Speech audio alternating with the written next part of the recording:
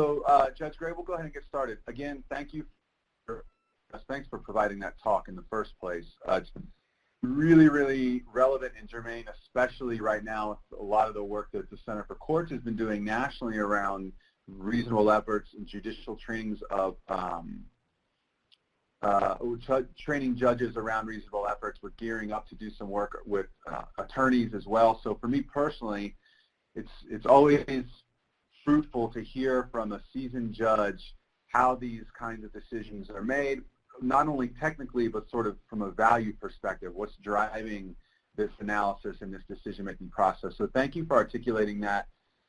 Just bring a wealth of experience that's really invaluable to the national conversation, so thank you. And we have a great turnout today, actually a ton of people, which is really nice to be able to hear a little bit more from you. So let me just get out of the way, Judge, and invite you to respond maybe to this prompt. What is the thing that you today, you know, it's January 4th, 2021, I think you gave that talk a little less than a year ago. What's the thing that you want to stick out to us today? What's the thing that we should carry with us over the next, you know, weeks, months, or even year in our practice? So I first like to start off by saying good afternoon to everyone who's joined in. And I think, so the thing that stands out the most, shortly after I did the talk, you know, we went into pandemic mode.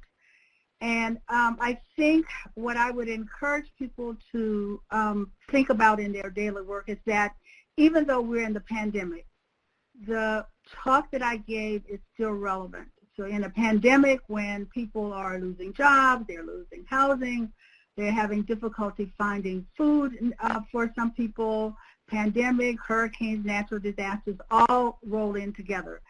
And there has been quite a bit of conversation about the safety of children during the pandemic and concern that children are not being protected. What I encourage people to do is, as much as possible, to push back on jumping to conclusions and, in the process, not paying attention to what the law requires. I think even in the pandemic, we still have to abide by reasonable efforts. And I was, when I first came on the bench in 1984, I was trained by a judge from Kentucky, Judge Fitzgerald, who preached reasonable efforts to us as new judges. And I took that to heart. And I've been very clear in the years that I've been on the bench that our first obligation is to try to maintain family integrity, keep children with their families, if at all possible, while maintaining their safety. And far too often, I thought that there were many times when we reacted, sort of knee-jerk reaction, without really doing the analysis of the individual cases to determine that there was indeed a safety risk that couldn't be addressed in a way that did not require the traumatization of children by removal of them from their parents, their homes, their schools, their siblings, their aunts and uncles, their grandparents. And what I would encourage people to remember is that even as we're trying to do good, even as we're trying to protect children, there's trauma involved in the removal. And while we may be able to mitigate that trauma by interventions that we make, what we know through the research is it is far better, if we can, to never have the children experience that additional trauma, the trauma over and above the abuse or neglect that they've already suffered. And so I would just want people to remember that removal in and of itself is traumatic, and that we cannot always undo that trauma of removal, even as much as we would like to, and if we can, we should try to avoid it. So I want people to take that with them every day. And the other thing that I have told people is that I try to make my decisions using the law and also with some compassion. And what I would always say, if this were me, if this was my family, what would I want done? And if it wasn't what we were doing in the case, then I would think we should do something else. And so I encourage people to also think about, you know, from the human perspective, what would you want done if it were if you were in a similar situation? And that's sometimes difficult because people don't see themselves ever being in that position. But, you know, pandemics happen, and lots of people who never thought they would be in positions or in positions today that they wouldn't have imagined a year ago. Yeah. Several things stand out to me there. Before I jump too deep into them, let me just say to the 57 folks that have joined us for the interview today, if you have any questions that you want to ask Judge Gray directly, feel free to do that. There's 3 ways that you can do it. It doesn't matter to me which of them you choose. The first thing you can do is just type it directly into the chat. I'm got an eye on the chat, and my colleagues Stephanie and Adria do it as well. So we'll just read them off to Judge Gray so that everyone can hear and enjoy the benefit of her response. If you don't want to type it in the chat, you can just talk over the phone. Even while I'm talking, you could just interrupt me and I'll be quiet. And you can talk. Don't worry about being rude. Trust me, it's the least offensive thing that will happen to me today, I'm sure. So just start talking. The third thing that you could do if you wanted to be fancy is on the top of your screen there's an icon of a person with their hand raised. If you click that, it'll tell me that your hand is raised, and then we can just call on you verbally and you could ask your question over the phone. So 3 ways to do it. Probably the easiest one is just to shoot your question into the chat box, and we'll pick it up throughout the conversation. Judge Gray, one of the things that, there's a couple things that I would like to hear your perspective on. One of the things I heard you say, it's implicit, it's implicit and explicit. It sort of comes to the surface sometimes in your comments, but it always seems to be present even when you're not speaking directly to it. Making reasonable efforts, findings that are detailed and child specific. In other words, I hear you pushing a lot on the idea of ask questions about this child and this family. You talked about, can this child be placed with a relative that's near, like literally geographically, who's close by? What have you done, agency, specifically in order to either avoid removal or return the child home? Like you said, at each hearing you're asking, what can we do to return home? So that level of specificity and detail around the child really resonates to me as an attorney with regard to these types of findings. There's a question here, I promise, because a lot of what we see in court orders are these kind of well, they're form. You've seen them before yourself, these kind of form reasonable efforts findings, right? It's literally like a checkbox. So my question is this. What would you say to the judge who says, if you're, by the way, if you're not talking with a question, if you could just mute your phone, that would be helpful to cut back on some of the background noise. Thanks. So my question, Judge Gray, is this. What would you say to the judge who says to you, I want to make more detailed and specific findings like you're describing, Judge Gray, but we have this whole court system and culture. Literally, we have forms that we use. It's really, I'm really going to be the squeaky wheel here. How do I get people on board with this more, what I'm going to call robust, reasonable efforts analysis? So what advice would you give me if I'm that judge? That's an interesting question. So first I want to say, when I first went on the bench, the forms, when I was first trained about reasonable efforts, the forms I'm familiar with because we had them in Louisiana. And there was a checkbox, and that was being done, and that was being recommended by everyone who thought this is the way to get judges to do what they need to do and meet their requirements. But what became obvious was that we were just checking the box. We weren't even going through the motion of even getting the background information. Talk about the background noise. We weren't getting the background information. We were just checking the boxes. And I decided that what I thought the law required was an individual finding for individual families, and that there should not be this all families are alike. So if that is what is the way I'm functioning, that necessarily means I cannot do a checkbox. I have to have an in-depth discussion with the workers, with the lawyers and the family about what's going on. And I would say to the judge, what I did, I guess some may consider me a bulldog, a bulldozer.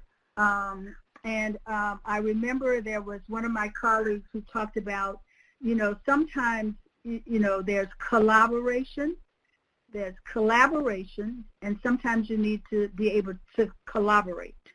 And so once I decided that for me this is what was required by the law, I decided to do it no matter how much pain it caused the lawyers or the workers. And true, when you start, you are going to get a lot of pushback. But if in fact you believe it is the right thing to do and it is your obligation as a judge, at some point you say to people, this is what the law requires that I do. I'm going to uphold the law. That's what I took an oath to do. And I'm sorry if it's inconvenient, but this is what I believe I'm required to do. I know it is what I owe to the children and families, and I'm going to make these findings. Now, there are a lot of things that go with that. So if you're a judge who has lots of cases, so the judges will sometimes say, I have a lot of cases. I can't really afford to do that. Well, I go back to what my dad told me when I was growing up and I had a chore, and if I half did the chore, he would say, well, if you did it right in the first place, you wouldn't have to do it a second time. So if you get it right, it will become easier to do. And so we don't have many times to get it right for these children. We really only have, I went blank. We really only have, really, we should consider ourselves as having one opportunity to get it right. And we need to maximize that opportunity. And for every child, that requires an in-depth hearing.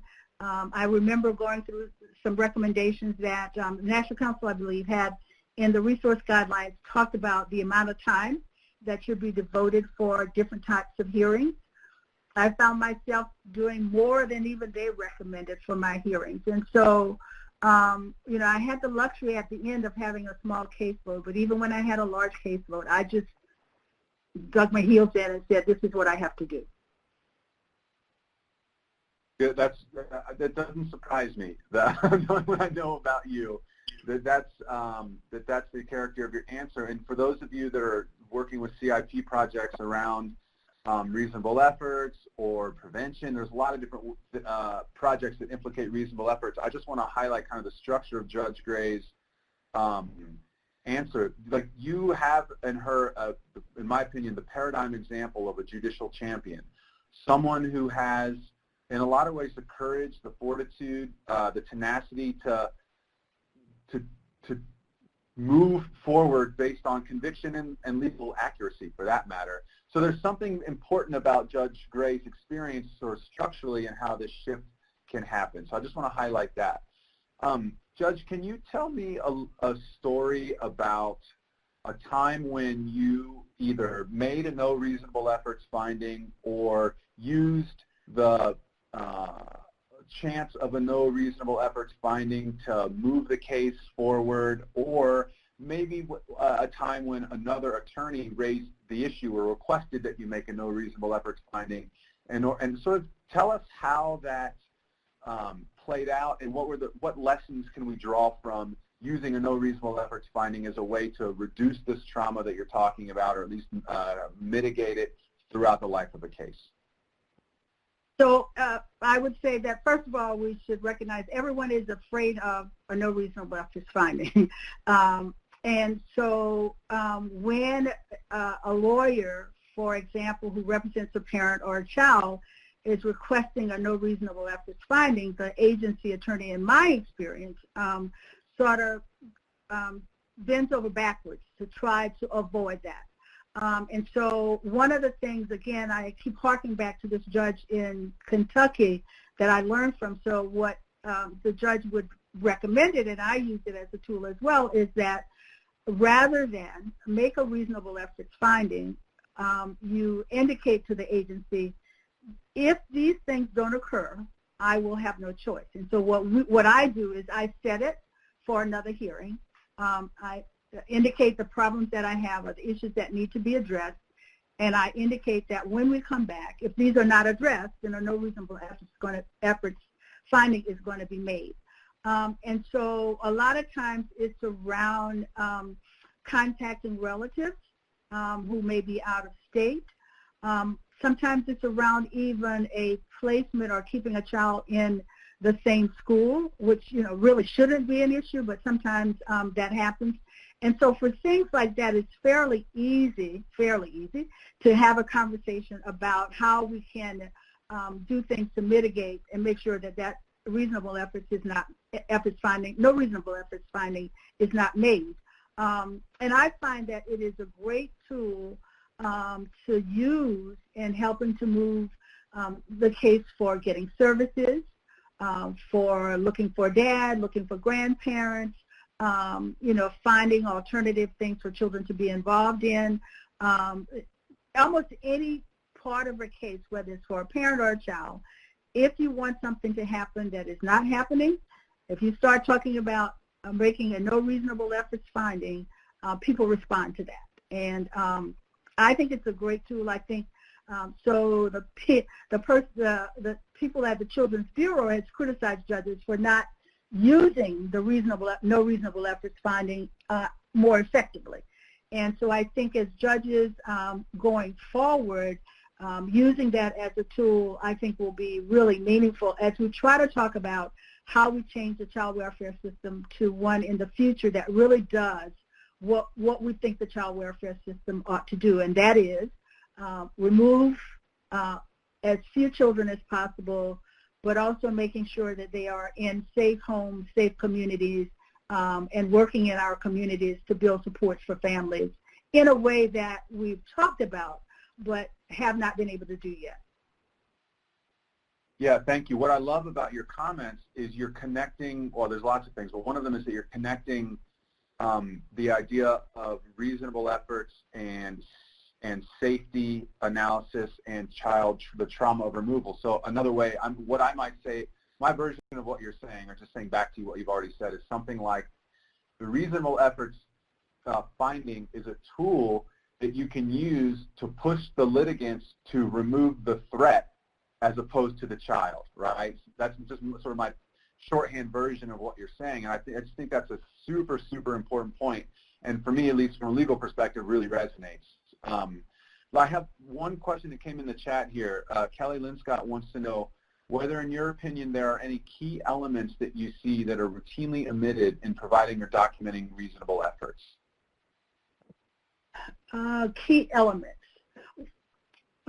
So I criticize the department a lot for not documenting, period. So they don't do, in my opinion, they don't do a good job of documenting the number of times they may reach out to a parent. So if a parent is missing, they hasn't been in contact with the department and the department hasn't been able to find them for a month or 2 months. So I will ask, so what did you do to try to find the parent, the mother, the father? And they will say, well, we called them, we sent a letter, and I will say, well, how many times? And so there's a failure to at least appreciate and understand that every time you make a call or you attempt to contact that person, from my perspective at least, it's important to document that. I remember having a conversation with someone in the department who said, if it's not documented, then it didn't happen. So what I try to express to the worker is, this is your proof of your efforts. When you're able to go to your records and say, on this day and at this time, I did such and such. And the other thing that I require as a part of my being able to assess the documentation is I require the workers to bring their files to court, which is another thing that caused great angst for the department. Sometimes, obviously, the records are 3 volumes or whatever, but in a case, in a hearing in which we need to dig back into the record, if they don't have the record there, that means we have to reset the case and bring it back. So I require the workers to bring the records to court, and whenever there's an issue about whether or not something happened, then I will allow the worker time to go into the record and find out. So to me, documentation of all of the efforts, no matter how minor they are, is important. So, in a lot of our cases, the dad, unfortunately, the dad is missing. The dad has not been involved. The dad's relatives may not be actively involved in the case, and since we don't know where the dad is, sometimes don't know who the dad is, we can't engage that side of the family. But it's important to me that, for example, the department is documenting their efforts, one, to find out who the dad is, find out where the dad is, find out about the dad's relatives, and figure out whether or not, while the dad hadn't been involved, just like the foster parent, stranger foster parent hadn't been involved either, the dad hadn't been involved, maybe this is a time that we can call on, if not the dad, his relatives, his parents or sisters or aunts, to take care of the child. And so to always document that, and I think that's one of the places where we fall short, looking at the paternal side of the family and documenting that.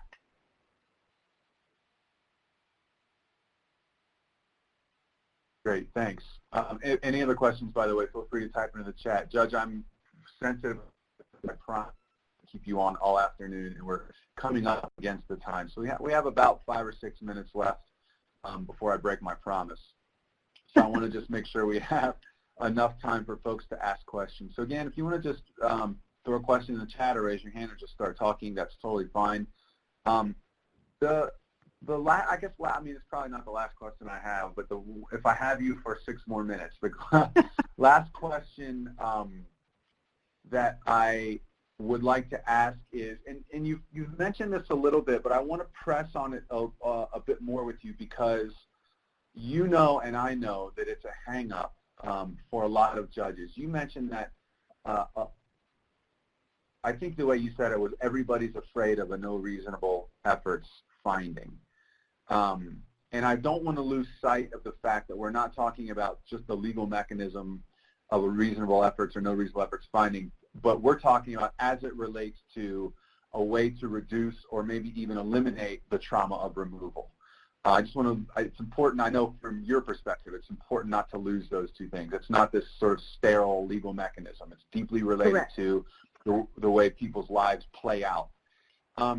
So I wonder if you might say something a little bit specifically to the judicial fear that we often see. So in my experience, and if I'm wrong, please correct me, in my experience, oftentimes judges don't know what will really happen if they make a no reasonable efforts finding. For example, the federal law, you have 60 days from removal to make your reasonable efforts finding under the federal statute, but under state statute, the no reasonable efforts finding can have different implications. And there's a funding implication, but it does not mean it's not the case that a no reasonable efforts finding means that a child won't get services or won't get food or something like that. So could you just say a word or two specifically to judges who are specifically afraid of making a no reasonable efforts finding because of what it may or may not do? So, Andy, I'm not sure that I agree that the judges are afraid of making a no reasonable efforts finding. I think the fear, whether you make a reasonable efforts finding or no reasonable efforts finding, is that the fear is if you allow the child to stay home, allow the child to remain with the parent, not authorize removal, the fear is that the child, something bad will happen to the child, right? And so I think, I'm not sure it's the fear of a no reasonable efforts finding, but I think judges are really concerned about, so if I let this child go home, bad things could happen. Well, as a matter of fact, no one has the ability to see the future or what's going to happen. And so what I say is, what I try to do is make the best decision that I can with the information that I have at the moment. The information that I have at the moment, which is why I push the worker on the stand or the lawyers or whoever to provide everything that they have, all the information that they have, so that when I make the decision, I have that, and my decision is based on the best information I can get. I can't make a decision based on something that the worker might have known, but she didn't tell me, because I have had that experience of someone saying, well, the worker had more information she could have given you. And I say, well, she didn't, or he didn't. I just had what they gave me, and that's how I decide. So I worry that, that is the concern that a lot of judges have. Obviously, I don't want a child to be hurt on my watch either. And so, I think that getting information, pushing people for knowing something about knowing everything they can about the family and the family situation is important, and when we make the decision, the best one we can make at the time, and we have to live with that. No one wants to have a child die on their watch. I don't want to, I've had the experience of having children in foster care who've been hurt far worse than they were, the harm that happened that brought them into foster care. And so, there's harm in foster care as well. And I think for a lot of people, they forget that. Children get hurt in foster care. And so while we need it, it is not the panacea necessarily, but we need it for some children. We don't need it for all the children who might come to our attention. And so what I encourage judges to do is just be courageous, get the facts, push for the facts, push for the information, and then make the decision. And, don't be afraid to make a no reasonable efforts finding, because like Andrew said, the state is not necessarily going to lose money, and even if they lose federal money, it doesn't free them of their obligation to provide state funds to make sure the child is maintained in foster care. All it means is that they are not able to draw down federal money, but they still have to provide for that child through the state funds in foster care. So, obviously every state probably needs the foster care dollars from the feds and don't want to lose them, but they don't get freed up from providing appropriate, adequate care for children who we've removed from their parents just because we make a no reasonable efforts finding. Yeah, that's helpful. And just to add to that, Judge Gray, that connects up to what you said earlier. To put it bluntly, it's not the judge's problem. The federal funding drawdown dollars, right? Like, it's not part of the reasonable efforts analysis isn't whether or not this will impact the agency's ability to draw down federal funds, right? Like, your obligation is to analyze this child in this case. So I just want to make that point clear as well, because I think it's a salient one.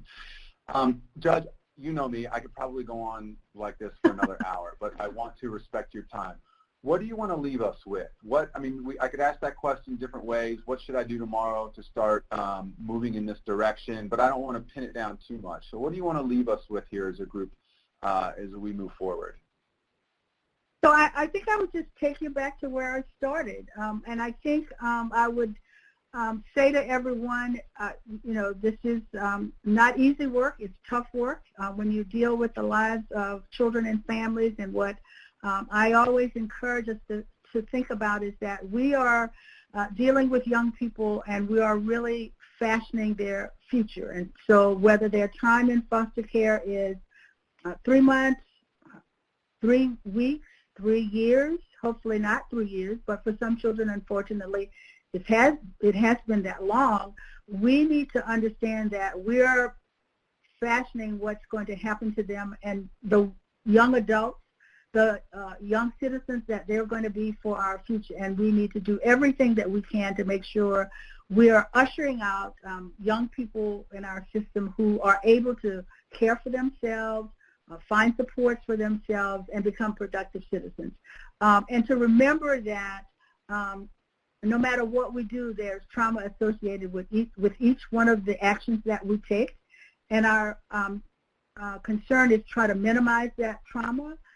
And when it is inflicted, to figure out what are the best interventions that we can put in place to help young people and families deal with the trauma. And that we are all, I believe, in the field doing the work because we want to have our young people and our families do better. And to remember that for many of them, they need our help. They don't always need us in their lives forever, but they may need us for some period of time, hopefully very short period of time, when they can then be able to be on their own and take care of themselves. And I would also say, don't be afraid to be bold and courageous, because that's what is needed in the work. That's wonderful. Thank you, Gray, Judge Gray. I really appreciate you got me stewing now. Just that last comment even has my gears turning, so I'll leave it alone. Judge Gray, thank you very, very much for your contribution to this. And I would tell you I was going to say this, but I'm just going to say it. I hope you don't get mad at me. Everyone on the line should know that this is Judge Gray's first day of retirement. which is exactly why we got her to work for us. And we knew she had time off. Well, we had her join us on this call. So if you'll join me, if you could just join me in thanking her for her decades of service and congratulating her on her accomplishments and esteemed career. Judge Gray, frankly, it's been an honor to work with you over the years, and I look forward to working with you more in the future. So thank you for that. The rest of you, if you have any other questions and you want to put them in the chat, you can. We can always send the transcript to Judge Gray and then send out her responses as well.